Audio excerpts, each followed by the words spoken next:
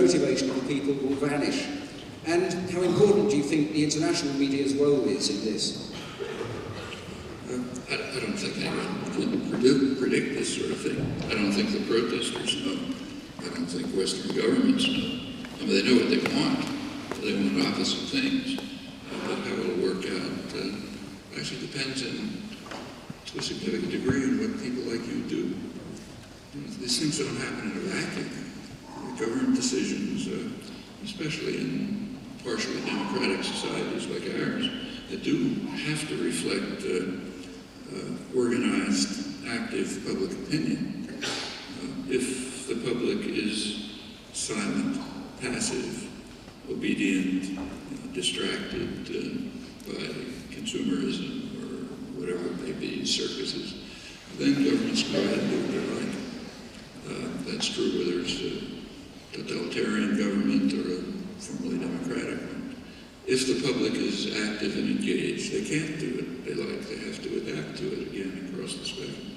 So I think the answer to that question, which I don't know, nobody knows, depends in large part on what people like you decide to do.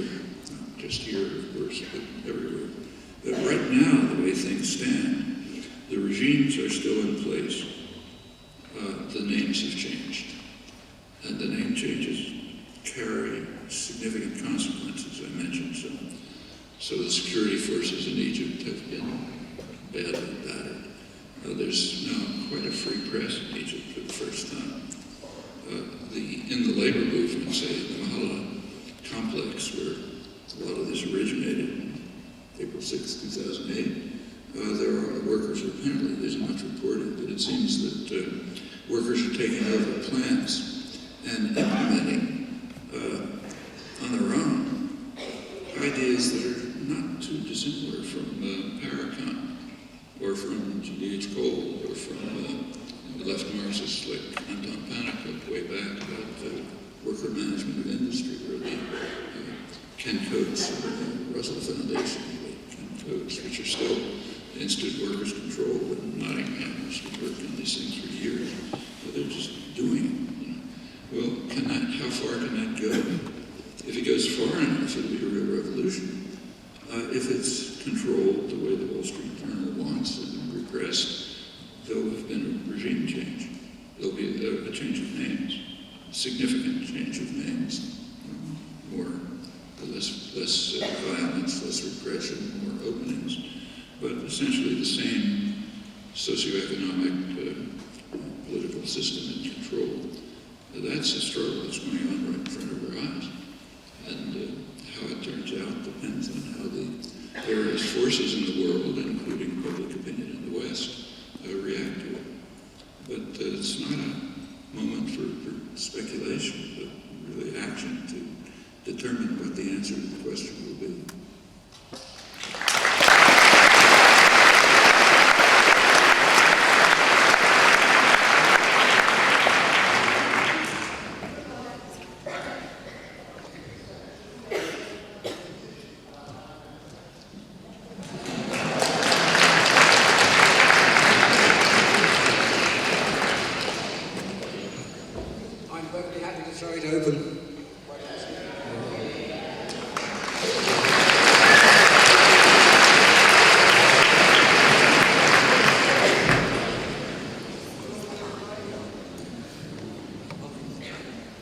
I'll need to repeat the questions because Professor Chomsky doesn't hear too well at the moment. So if you'd like to ask the questions from the floor, then I'll relay them. Yeah. Oh, I'll need to ask. Yeah, okay. Well, I'll take the mic around.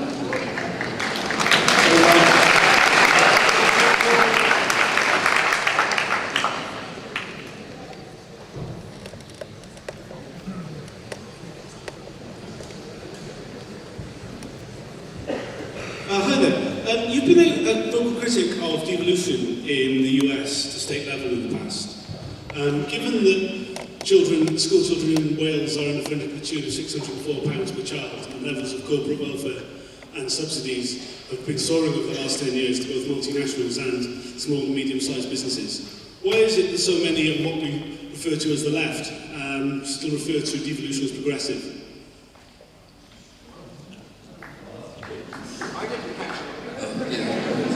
There's a combination of my bad hearing and Welsh English, which is not.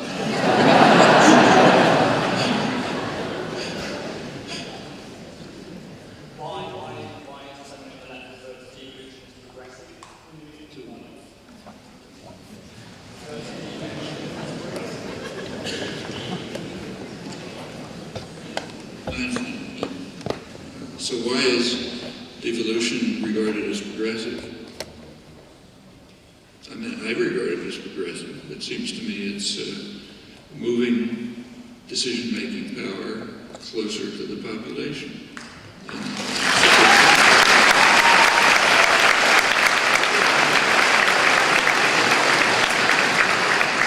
And what's done with those opportunities, that remains open, but at least it provides some sort of mechanism for steps forward towards really functioning democracy. How do you get around APAC?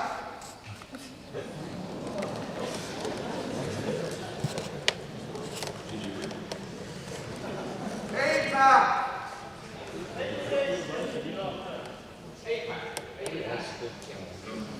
So, what's the role? I didn't mention anything about the role of AIPAC. You know, the big Israeli lobby in the United States. It's a significant lobby, undoubtedly, but let's be a little realistic about this. AIPAC is dwarfed by the military lobby. They're both dwarfed by the business lobbies.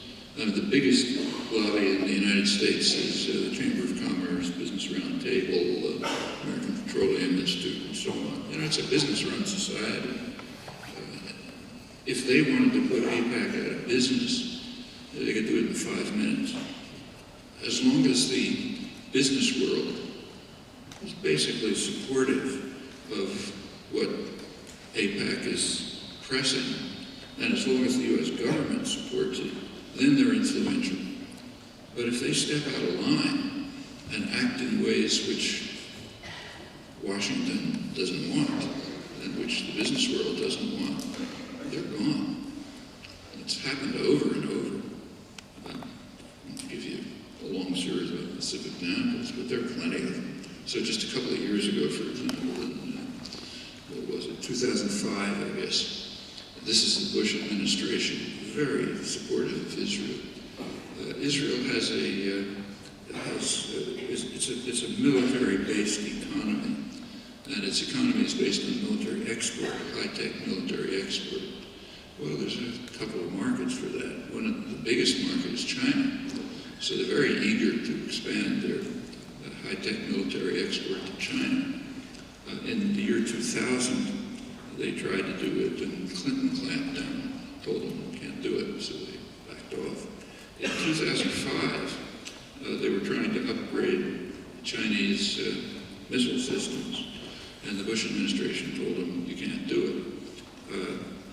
Israel, Prime Minister Barak's a lot of speeches about how we're an independent country, we'll do what we like.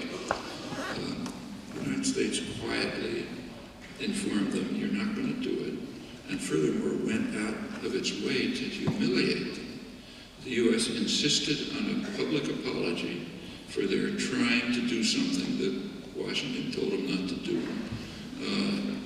They refused to allow high Israeli military officials to visit Washington. They got the message. They backed off. Throughout this period, not a peep from AIPAC. I mean, they're not idiots.